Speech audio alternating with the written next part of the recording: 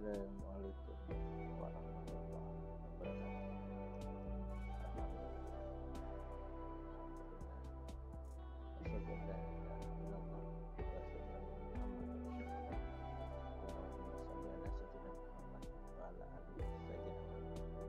Kembali kita belajar komunikasi Indonesia, sebuah channel yang membahas tentang hal-hal berbau komunikasi untuk bangsa Indonesia, untuk masyarakat Indonesia. Oke. Di awal, sebelum kita membahas hal yang lebih detail, jadi pembahasan pada saat ini kita akan membahas tentang digital Fuyee Transform. Memang ini adalah pembahasan awal sebelum memahami tentang fast Fuyee Transform. Jadi kita harus membahas ini dulu supaya pemahaman tentang FFT, Fast Fuyee Transform atau transformasi Fuyee cepat, itu menjadi lebih paham. Nah, di awal kita akan belajar tentang konsep transformasi Fuyee. Nah, inilah konsepnya. Jadi beberapa orang berpendapat bahwa Fuyee itu adalah proses perpindahan dari dimensi waktu ke dimensi frekuensi. Jadi melakukan konversi dari dimensi waktu ke dimensi posisi, begitu ya. Tapi nanti di dalam perkembangannya dimensinya ini tidak harus waktu secara fisik. Jadi nanti banyak hal yang penting ketika kita punya kurva, kita ingin mendapatkan fungsi basis pendukungnya. Fungsi basis pendukungnya di sini itu adalah fungsi sinus. Begitu fungsi basis pendukungnya itu apa, maka kita tidak lagi bicara waktu ya. Jadi dalam perkembangannya, jadi seperti gambar yang akan di FFT kan dan sebagainya, itu sudah tidak lagi berbicara dimensi waktu ke dimensi frekuensi. Tapi yang penting adalah konsep awalnya ini adalah sebuah gelombang yang ini sebenarnya adalah superposisi dari sebuah gelombang yang akan dikembalikan ke gelombang-gelombang pendukungnya. Oke, jadi kita lihat di sini. Jadi kalau misalkan yang gambar merah ini adalah superposisi atau begini deh. Jadi ini adalah gelombang yang menjadi cikal bakal semua dinamika yang akan kita bahas. Jadi misalkan kita punya 3 gelombang. 3 gelombang ini apabila kita lihat dari sisi time seriesnya, kemudian kita superposisikan, kita jumlahkan gelombang pertama ditambah gelombang kedua ditambah gelombang ketiga.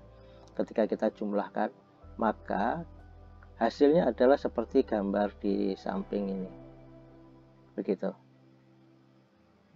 Nah, gambar di samping ini sekarang kita ingin tahu gelombang pendukungnya, ini.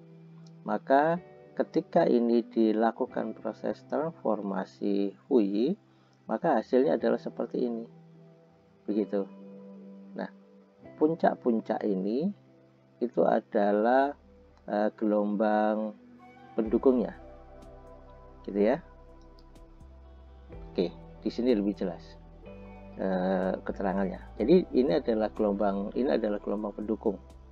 Begitu. Jadi kalau misalkan saja kita punya gambar seperti ini adalah dianggap sebagai sebuah gambar superposisi, atau bahasa umumnya ketika kita punya kurva seperti ini, maka bagaimana kurva ini dicari fungsi basis pendukungnya, maka kita akan menggunakan operator Fuyee. Jadi ketika ini dikenakan operator Fuyee, maka hasilnya adalah menjadi seperti ini. Ketika dikonversi, ketika dilakukan proses Fuyee transform, maka hasilnya seperti ini. Ini adalah gambaran dari fungsi sinus pendukungnya. begitu. Jadi filosofinya Fouye seperti itu. Kita harus paham dulu sebelum kita menghitung secara matematik. Jadi konsep fisiknya harus paham. Jadi puncak-puncak ini itu menggambarkan sebagai gelombang pendukungnya. Nah, di sekelilingnya ini nanti akan ada riak-riak macam-macam. Ini adalah ketidaksempurnaan gambar yang ada. Jadi apabila gambar yang ada ini makin sempurna, maka riak-riak ini akan menjadi kecil, begitu ya. Jadi apabila memang ini makin sempurna gambarnya, begitu, maka ini bisa hanya garis lurus saja. Kalau misalkan memang gambar fungsi sinus yang atau data fungsi sinus yang didapat itu kasar, maka gambarnya ini juga akan kasar. Jadi puncaknya ini akan menjadi fungsi genta atau menjadi fungsi Gauss, fungsi normal begitu. Jadi ada deviasinya gitu. Oke, kita lanjutkan. Kita sudah mulai akan berbicara tentang DFT, Digital Fourier Transform. Sekali lagi, ini adalah bagian awal dari proses yang nanti akan ada video tentang FFT, Fast Fourier Transform. Oke, diawali dari persamaan seperti ini. Jadi ini adalah persamaan Fourier. Jadi kalau misalkan kita punya gelombang superposisi, FT ini adalah gelombang superposisi. Atau kalau bahasa umumnya, kalau misalkan kita punya kurva DFT ini, maka ketika kita ingin mengubah menjadi sebuah fungsi frekuensi, maka persamaan ini yang digunakan. Begitu, persamaan ini yang digunakan. Oke, di sini ada yang perlu diperhatikan. Jadi kalau misalkan kita punya FT dalam satu dimensi, jadi ini dimensinya adalah T, maka outputnya juga satu dimensi, gitu ya. Jadi input dan outputnya di dalam formula ini adalah sama. Jadi kalau misalkan inputnya satu dimensi, maka outputnya juga satu dimensi. Kalau inputnya dua dimensi, maka outputnya juga dua dimensi. Oke. Nah, bagaimana persamaan analitik ini kita akan proses secara numerik. Sebagaimana biasa, kita harus mengubah persamaan ini menjadi sebuah persamaan ini menjadi persamaan sigma, begitu. Kemudian persamaan sigma ini kita bongkar karena E pangkat ini J itu adalah maksudnya I ya, maksudnya nilai imajiner, begitu. Jadi kalau misalkan kita punya E pangkat I theta, maka menjadi cos min I sin ya, gitu ya. J nya itu adalah imajiner sebagai tanda akar min 1, begitu. Jadi kita ubah, jadi persamaan ini sudah bisa kita ubah menjadi sepanjang ini. Dan kita tahu bahwa ini adalah suku real karena tidak mengandung J, dan karena ini mengandung J, maka ini disebut suku imajiner. Nah, kemudian di sini data diambil dari N data yang mewakili waktu minus tak berhingga sampai tak berhingga. Jadi sebenarnya ini kan integralnya minus tak berhingga sampai tak berhingga, begitu. Sementara kita punya data yang tertentu sejumlah N, begitu. Kali ini mulai dari 0, maka ini dari N-1. Kali ini mulai dari 1, maka ini dari sampai ke N. Artinya kita hanya punya N data. Kita tidak perlu menghitung dari min tak berhingga sampai tak berhingga, begitu. Karena data yang kita punya, capture data yang kita punya, atau yang sudah kita observasi data yang sejumlah N ya, berarti kita menganggap dari min tak berhingga sampai tak berhingga itu kita hanya punya sejumlah data ini, gitu ya. Oke, next. Nah, kalau misalkan kita punya dua dimensi, jadi ini contohnya ya. Jadi tadi T kita konversikan menjadi X, begitu ya. Ini dalam perkembangannya. Jadi kalau misalkan kita punya sebuah gambar dalam dalam luasan atau dalam bidang dx dy begitu, maka kita akan, kalau ini di fuyikan, maka kita akan punya suku frekuensi 1 dan frekuensi 2 gitu ya. Omega itu 2πf itu, jadi kita buat dalam bentuk omega ataupun kita buat dalam bentuk f, ini maksudnya sama saja begitu. Nah, ini kalau misalkan kita buat dalam bentuk numerik, maka integralnya berubah menjadi sigma. Oke, kita lanjutkan. Nah, ini salah satu contoh ya. Kita akan melakukan analisa selanjutnya untuk satu dimensi begitu. Jadi kalau misalnya kita punya data, jadi ini adalah sumbu X atau ini adalah sumbu T, kita anggap sama gitu. Jadi yang penting akan diubah menjadi fungsi frekuensi gitu ya. Jadi kita punya data inputan begitu, kita punya data inputan, anggap saja ini adalah di sensor pertama, sensor kedua sampai sensor ke-7 nilainya adalah seperti ini begitu. Maka ini kita masukkan di sini. Nah, ini adalah FT, ini adalah FN, ini semua data ini akan kita masukkan. Berapa jumlah n-nya di sini? N-nya ini adalah 6 gitu. Jadi 8 gitu. Jadi dari 0 sampai 7. Dari 0 sampai 7 ini persamaan ini akan diproses. Sama ini juga. Dari 0 sampai 7 persamaan akan diproses.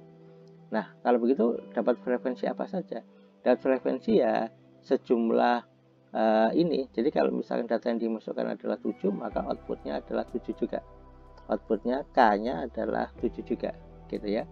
Jadi K di sini itu sejumlah dari jumlah inputannya ini.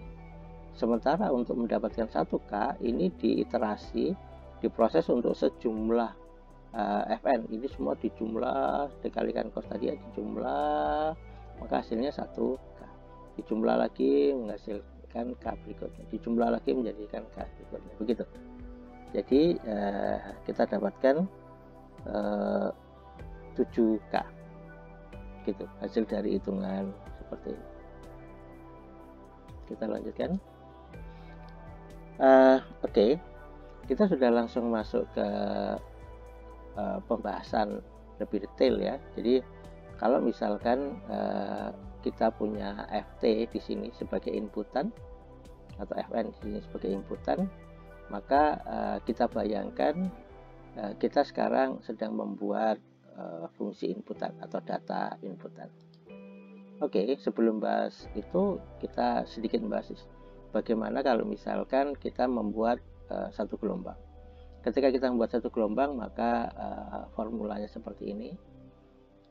Ini nanti secara keseluruhan akan kita tempelkan di bagian penjelasan di YouTube ini. Ini adalah coding Octave untuk membuat satu gelombang. Jadi gelombangnya ada di sini, gitu. Ketika kemudian kita plot, kita buat figur, maka hasilnya begini. Ini hal yang sederhana, gitu ya. Jadi ketika kita membuat program, skripnya seperti ini untuk satu gelombang dengan persamaan gelombangnya seperti ini, maka jadilah seperti ini. Oke, kita lanjutkan. Nah, sekarang kita ingin mensuperposisikan 3 gelombang, begitu. Ya, ini kita buat seakan-akan seperti kasus di sini tadi yang kita buat ilustrasi. Nah, di sini. Ini kan kita punya 3 gelombang gitu. Jadi sekarang kita sedang membuat gambar yang ada di sini. Bagaimana kita mendapatkan data superposisinya dari 3 buah gelombang. Oke.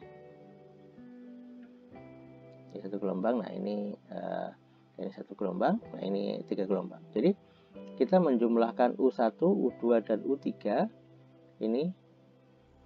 Ketika kita jumlahkan, maka ketika kita running program yang ada di sini, maka hasilnya adalah ini. Ini adalah gelombang superposisi dari U1, U2, U3. Jadi ini adalah gelombang yang seperti yang ada di sini. Begitu. Jadi ini adalah superposisi penjumlahan. Jadi sama dengan yang sudah kita coding. Nah ini ketika kita jumlahkan, Fn adalah penjumlahan U1, U2, U3. Dilakukan looping karena setiap titik harus dijumlahkan. Begitu ya, dengan sebagaimana yang satu gelombang, bahwa X-nya sesuai dengan delta. Deltanya seberapa banyak, berapa jumlah titiknya, ini jumlah titiknya. Gitu, berapa jumlah titiknya, per titik itu berapa delta X. Ketika ini kita masukkan, maka kita bisa mendapatkan Fn. Nah sekarang kalau Fn-nya ini adalah superposisi penjumlahan dari 3 gelombang, maka kita menulisnya seperti ini. Ini pengembangan dari satu gelombang tadi, maka ketika kita gambar menjadi seperti ini. Oke, kita lanjut pada pemahaman berikutnya. Nah, ini ilustrasi saja. Jadi tadi di sini kan kita sudah langsung ngeplot bahwa ini adalah hasil superposisi 3 gelombang. Nah, kita ingin melihat sebenarnya gelombang U1, U2, dan U3 itu seperti apa. Nah, ini U1, U2, dan U3 itu gambarnya seperti ini. Jadi kalau misalnya ini dijumlahkan setiap titiknya, maka hasilnya adalah ini. Hasil gelombang ini itu sama dengan ini tadi yang kita lihat. Begitu. Jadi ketika ini kita jumlahkan, begitu, maka jadilah gambar seperti ini. Oke, kita lanjut. Nah, kita sudah mulai menghitung DFT ya, digital Fourier transform, belum FFT, kita masih menghitung DFT. Jadi dari DFT ini rumusnya kan kita sudah dapat ini rumusnya ya. Jadi ini adalah inputan, jadi ada N, ada K, gitu, ada N, ada K, begitu. Jadi ini adalah suku real, ini adalah suku imajiner. Sebenarnya di dalam oktav bisa langsung dijumlah, cuma karena pingin mudah, kita pingin membuat sendiri-sendiri deh.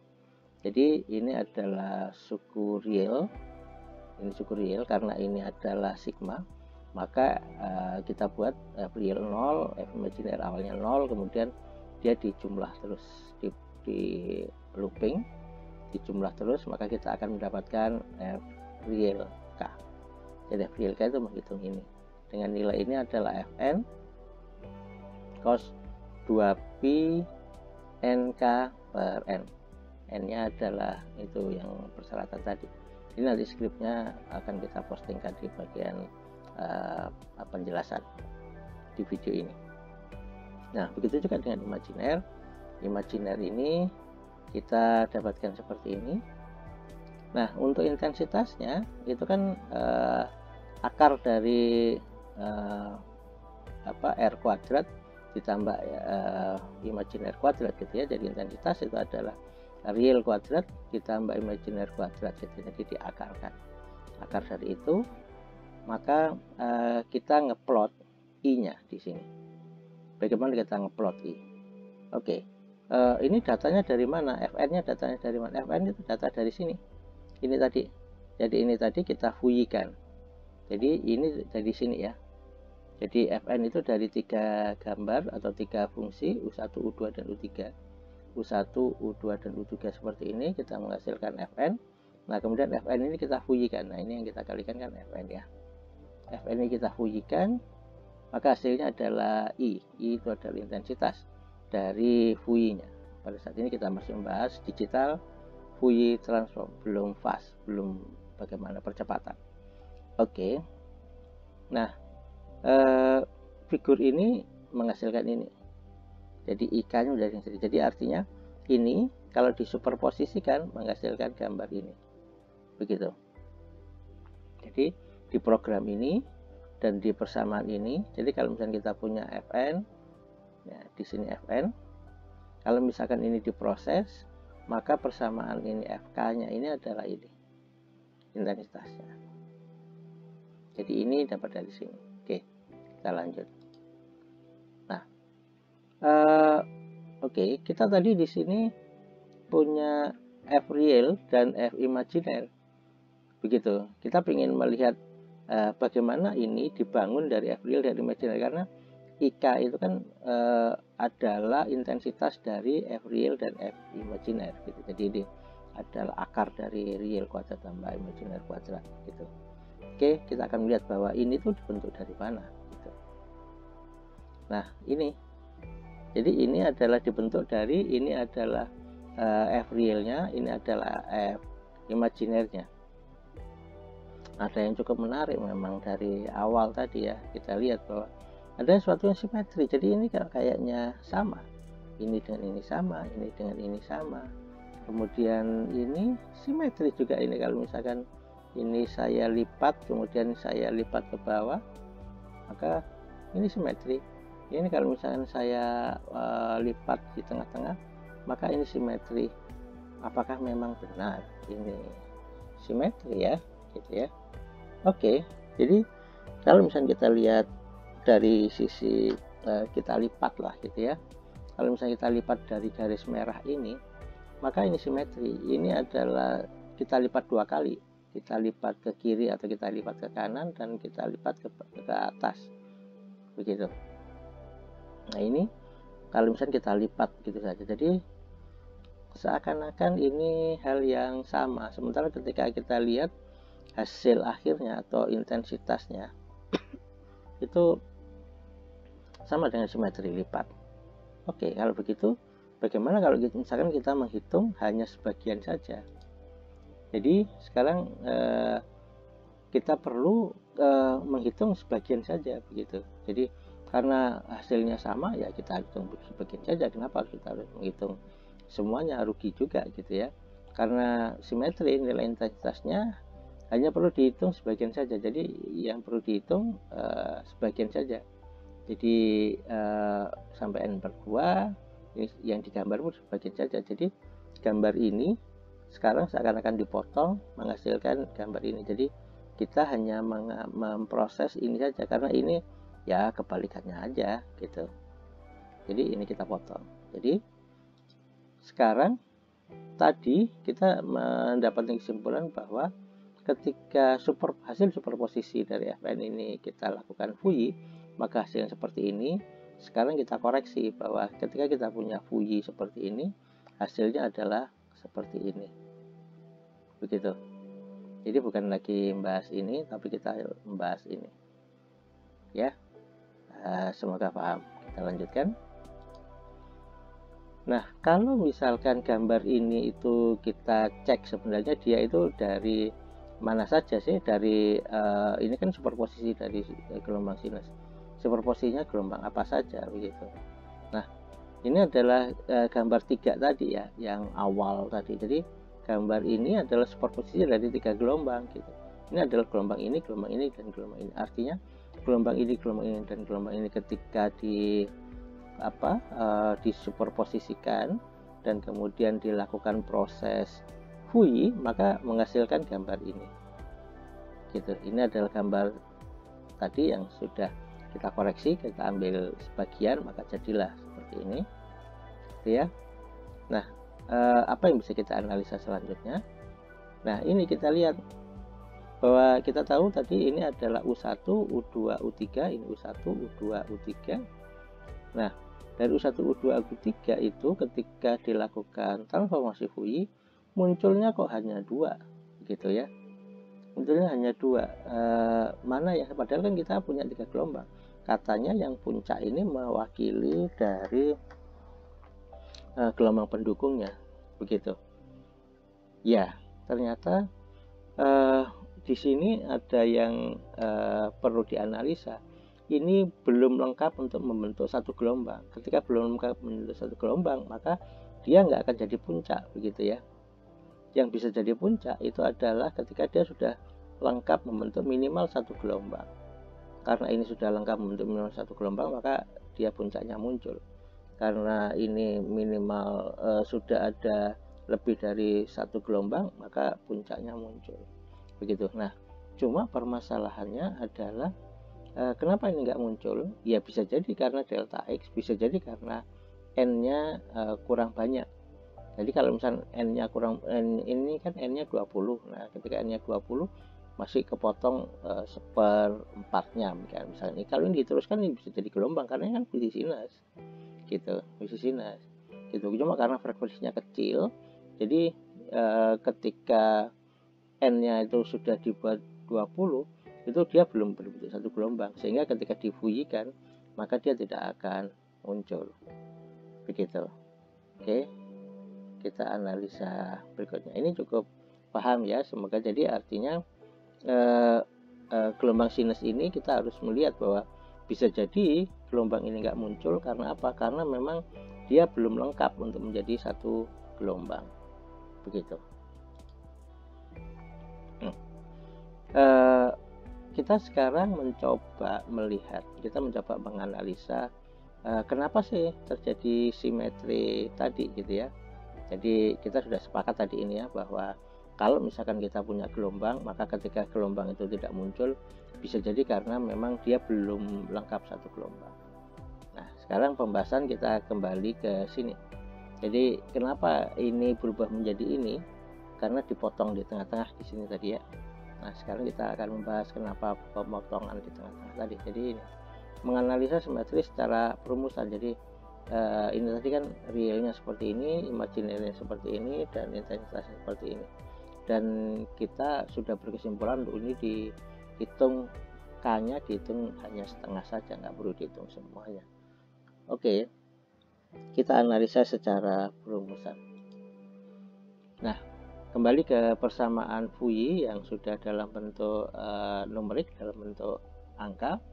Ini kalau misalkan ini dibongkar menjadi cos dan menjadi sin, begitu, maka kita akan menganalisa masing-masing ini menganalisa cosnya dan menganalisa sinusnya, atau cos itu untuk real, sinusnya untuk imajiner. Nah, persamaan ini kita coba cermati. Persamaan ini mengandung cos, persamaan ini mengandung sin. Cos itu berapapun nilainya di sini ya, gambarnya kan seperti ini. Sinus itu gambarnya kan seperti ini, yang biru ini ya. Nah, kita lihat di sini ternyata memang gambar dari fungsi cos itu simetri. Gitu kan, gambar dari fungsi sin simetri. Simetri lipat dan kemudian dilipat lagi gitu ya. Begitu. Jadi ini ternyata menghasilkan gambar simetri. Begitu. Jadi artinya kita tidak perlu menghitung semuanya dong, kita hanya perlu menghitung sebagian saja. Oke. Bagaimana simetrinya? Artinya nilai 5 ini itu sama dengan nilai 1, nilai 4 ini sama dengan nilai 2, nilai 3 nggak perlu karena titik simetri. Jadi ketika cos, maka ada simetri. Simetrinya tetap tinggal yang di sini sama dengan di sini, yang di sini sama dengan di sini. Jadi ketika dia maju 1 itu sama dengan ketika di pusat puncaknya ini mundur 1. Ketika maju 2 ini mundur 2 begitu. Nah, begitu juga dengan yang sinus. Kalau misalkan yang sinus ini maju 1 mundur 1 tapi dibalik, jadi beda dengan cos. Kalau cos tadi misalkan 4-nya di sini maka 2-nya di sini ya. Sementara kalau sinus 2-nya di sini dikalikan minus atau dijadikan konjugate karena ini kan sebenarnya imajinernya begitu. Oke. Kemudian kita analisa berikutnya. Nah, berarti kalau misalkan begitu sudah sesuai data kita. Jadi sudah benar yang sudah kita analisa, yang sudah kita programkan, bahwa ternyata karena rumus cos ini konsekuensinya, maka bentuknya menjadi simetri lipat begitu. Nah, sementara sinus menjadi simetri lipat dan dilipat satu kali dan lipat lagi setengahnya begitu. Nah, inilah pembahasan tentang DFT, Digital Fourier Transform. Jadi yang kita dapat ambil kesimpulan di sini ketika kita membahas DFT, maka persamaan ini akan dipakai begitu. Kemudian yang berikutnya adalah kita tidak perlu menghitung K-nya ini untuk semua yang ada. K-nya kita hanya menghitung sampai N/2. Kemudian apakah Fn-nya dihitung semua? Ya, kalau Fn-nya dihitung semua. Begitu. Cuma Fk-nya ini hanya dihitung sebagian saja. Karena hasilnya, intensitasnya pun sama. Jadi kita tadi sudah melakukan analisa bahwa intensitasnya ini pun sama, karena simetri, artinya ya kita nggak perlu ngitung yang ini karena ini sudah dapat. Demikian video kali ini, semoga ini menjadi awalan untuk pembelajaran tentang digital Fourier transform. Yang berikutnya akan ada video tentang FFT, silahkan ditunggu. Semoga video ini manfaat untuk anak bangsa. Begitu, terima kasih. Wassalamualaikum warahmatullahi wabarakatuh.